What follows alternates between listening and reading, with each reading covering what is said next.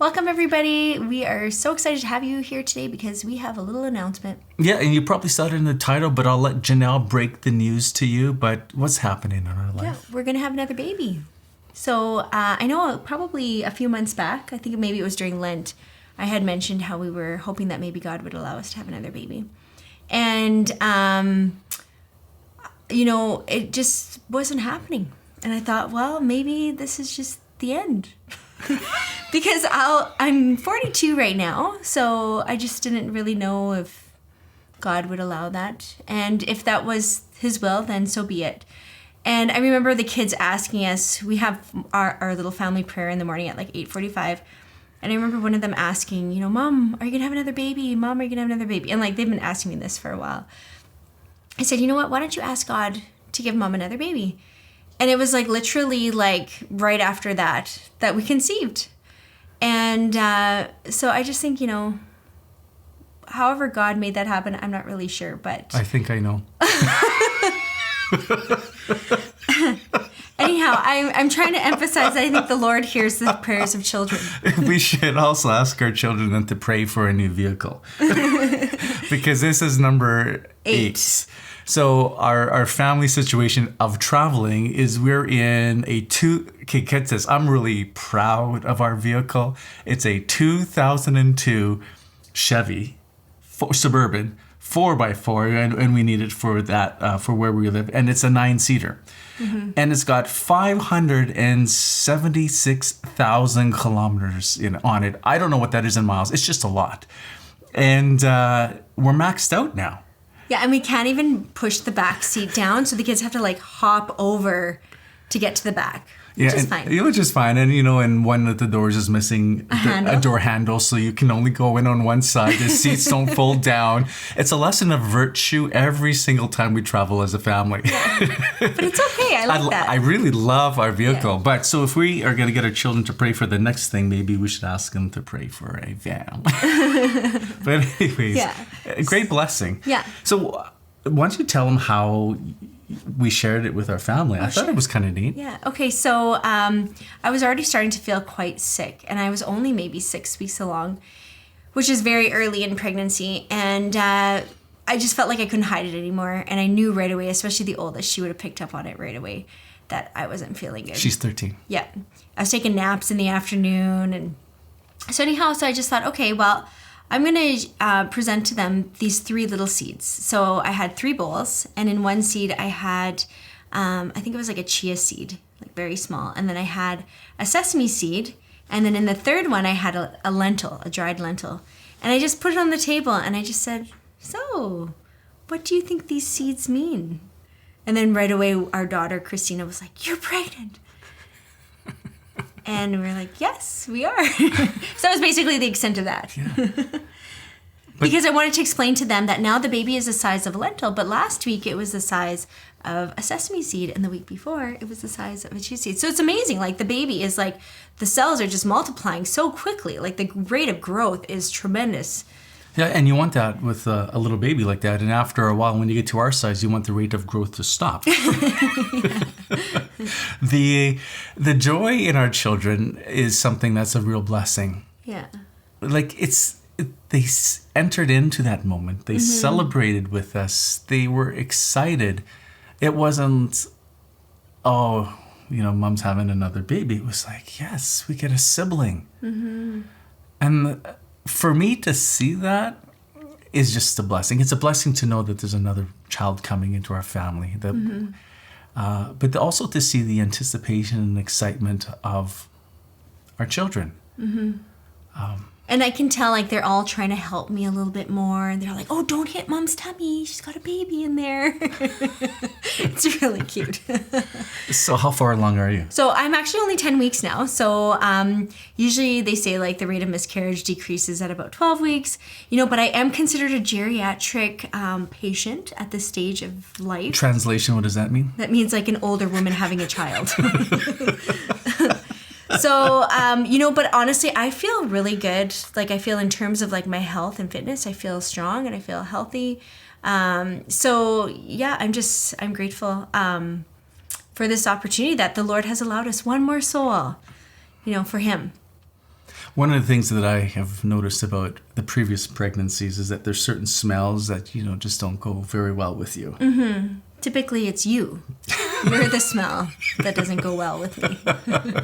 The cause of your discomfort. Yeah, but I don't find it as bad this time around. But I'm hoping, usually at around 12 weeks, that all those kinds of things sort of kind of ease up. So I'm feeling like I'm almost at the end of this sick phase. Yeah. So anyhow, my due date is January 10th. I've never actually reached my due date with any of our children. So I'm anticipating maybe this baby will come around. Did I say June 10th? Yeah. No, that's very wrong. I mean January 10th. Could you imagine? That's like in a year. Oh, oopsie doopsie. January 10th. And so I'm anticipating the baby coming around New Year's. Oh, I was going to say, like for some people, it might seem like, okay, wow, like 8, that's a lot of kids, But I just have to say, like, I feel like the community that we're in, and like, when we go to our parish, I just look around me and I see all these women, just open to life, having babies. Like one of our friends, she just had her 9th baby. And I think they got married maybe 2 years before us. And then my cousin, he just had his 10th, they just had their 10th baby. And they got married 2 years before us as well. And I just feel like, in this community, it's like lends itself very well to being open to life. Well, and that is very a good point, because it's really important who you spend your time with, because it does shape how you think and your decisions. Mm-hmm. Like, we are all influenced in some way by the company we keep. The saints hung out with saints. Mm-hmm. They often came in pairs. And so if you want to raise a holy family, hang out with other families who want to do the same. Doesn't mean that you can't have secular friends, but if you want to raise your children in the faith, then spend time with other families who are raising their children in the faith. But if you're spending time with secular families who really have no faith perspective, they're going to have influence on your children. And so we're blessed to have some wonderful families in our life, friends, and we're grateful for their example. Mm-hmm. Mm-hmm.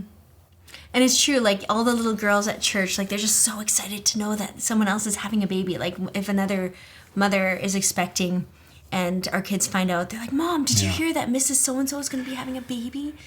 Like it's exciting. And we ought to rejoice at new life, that's the culture of life. When you find out your friends or somebody in the parish is expecting, to celebrate that with them, to affirm that, to rejoice in that, because that is something to rejoice about. The culture it gets it backwards. John Paul II said we live in a culture of death. You see that even more now, where you have radicalized feminists and environmentalists who say having a child is actually a vice, a drain on society, a drain on the environment. These are lies. What is intended by God is to be a great blessing is considered a great sin. Don't spend time with those people. This starts to influence how you see your family and the world, and your children pick up on that. Mm-hmm. That's the greatest thing. As an adult, you can weed through that.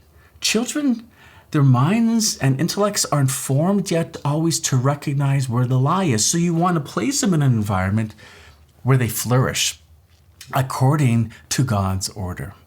So I do feel like we're really blessed to have wonderful families in our life who approach us and say, hey. Mm-hmm. Oh, I think of my parents, for example. Like they had 8 children, and in the generation that they lived, like not a ton of people were having lots of large families. Like I just think of the parish that we grew up in. Like I don't remember very many families having a lot of kids. So I just think I just want to commend them for that, because that would have been in some ways a lot harder, I think, than us, where it's like very well received in the community that we're in. And I think we're the exception. I think in reality it's hard to find communities I think so. that we're in. Yeah. So I know some of you who are watching this and say, I wish I would maybe have had that or have that. You do have to search. And we did. We did search, and we have been blessed. But that doesn't mean you can't have a large family without the proper community, right? If the Lord is calling you, then by all means, you should. And why not be more generous to the blessings that God wants to pour into your life than not? Like, be open to the beauty that God wants to bless your marriage with. And a generous yes to Him. We live sometimes with a minimalistic attitude. Oh, it's going to be expensive. Yeah. Yeah, that's true. Yeah. And we don't know how we're going to make this all work, but the Lord does. Right? That's the thing. It's faithfulness to the moment now. Doesn't mean you don't use prudence, but sometimes we don't make decisions until we have it all figured out. We're never going to have it all figured out. Sometimes we're waiting, they go, how should we welcome another child into our family? You got to calculate this and this and this and this. And until you know exactly how it's going to be worked out, then you'll make that decision. You never get it figured out. I've never got to the end of a day and thought, that went exactly how I thought, especially with our children. So there's an element of trust. When you say, God, I want to be open to every blessing in your life. I don't want to close the door. And God rewards faithfulness. Do you believe that? Do you believe God rewards faithfulness? Someone, oh yeah, but only for you, Ken and Janelle. No. God rewards faithfulness to all, period. So we're not sitting here saying, is having 8 children easy? No. But it's a great blessing. Blessings don't come without a cross. Jesus taught us that. You want the blessing of eternal life, the ultimate blessing? You have to embrace His cross. So with every blessing, there is a cross. The cross is tailored to our life. God gives us the strength to carry what He allows. And I think sometimes, I think men maybe will struggle with this a little bit more, is that there's a fear of the suffering, the fear of the sacrifice. And that's not of the Lord. Perfect love casts out all fear. And I think especially men more than women struggle with that. You see that in the Garden of Eden, where Eve is tempted by the serpent to eat the fruit. My question is, where was Adam? Adam was right beside her. Why? Because when she took and ate of the fruit, she turned to him and gave him the fruit. He was right there. He was supposed to be the protector of Eve, but he was silent. The language that's used for the serpent can also, in the scriptures, can also be translated as into a fiery dragon. So this was an intimidating creature. So Adam failed to be Eve's protector. He succumbed to fear, sacrificing himself for the sake of the bride. And this continues to run within the weakness of men since the fall. It's an inheritance from the fall. We have concupiscence, a tendency to sin, but men, I think more than women, have a tendency to hesitate to lay down their life for the sake of the ones they love and are to care for. So it's important to recognize that, especially when you get married and you're thinking children. Men will say, well, it's going to be hard. That's going to be expensive. I can't go to those all-inclusive resorts in Mexico. I can't get that new 4x4 that I wanted. I can't do this. I can't do all the mountain biking or all the things that I, quote, used to do with the buddies. You didn't get married to hang out with buddies. You got married because this is what God called you to, so that you lay down your life and grow in holiness and love your family and your wife to life. And so if we recognize this hesitancy, especially as men, to be generous and open to the blessing of children out of fear, recognize that fear is not of the Lord. Perfect love casts out all fear. And now that doesn't mean that I don't get afraid sometimes. Mm-hmm. I have worries, I have anxieties. Mm-hmm. I'm thinking, man, 8 children? And you're going to be like almost 50. Sorry, I'll just tell everyone that. I tell everyone he's almost 50, but I think it's amazing. Look how great he looks. It's true. Maybe I'll just bleep that out when we do it. That doesn't. So I'm just sitting here as a man on a journey, sharing my journey with you, not as an expert, just saying, hey, sometimes I do have fears and anxieties, and I have to recognize those are not of the Lord. Because you can't change what you don't acknowledge. And so that's the first step. You got to acknowledge, hey, sometimes I doubt the goodness of God. Sometimes I doubt his providence, especially when big things like this happen, a child. Mm-hmm. So we have to remind ourselves of the truth. I'm rambling. I'm sorry to ramble. I hope I like listening to you. But this comes with the territory that we're in of 8 children. I do feel like we've just kind of... 8, I feel like it's like a hump that we got over. Like, I feel like officially we're a big family. 7? I felt that at 5. Did you? Yeah, I felt like 5 was a big family. Before we turn off, tell people how many your dad came from. Oh, yeah. So my dad is the 11th of 18 children, and my mom is actually the 11th of 13 children. So I just think, wow, that's pretty amazing. So my paternal grandmother, she had babies until she was 47. Isn't that amazing? And she had no twins. So we have a few more years? One at a time. That's what I always say to the Lord. One at a time. Right. Unless they come in 2s, which Ken does pray for. I always said you might as well have like them all like 2s and 3s, and then you put them all in the same grade. Make it easier. Large families. That's your history. Yeah, that's right. But continue on. What happened with your mom there? That's really remarkable. Oh, with my mom? Yeah. So when my mom was about 3 years old, she was one of the younger ones in her family. Her father died, and so then my grandmother was a widow, and her brother-in-law... With how many children? She was a widow with 13 children. Okay. Some of the older ones were like adults already, but her brother-in-law then also became a widow. She was a widower? What do you say for a female? I don't even know. Anyhow, she was a female woman without a husband. Female woman. You don't even say that. She was a woman. She was a woman without a husband. You can cut it out. Okay, so anyhow, let me start over. You get the point. Keep on going. Okay, so then so then her brother-in-law was without his wife. She passed away, and they had 7 children, and then so they decided to get married.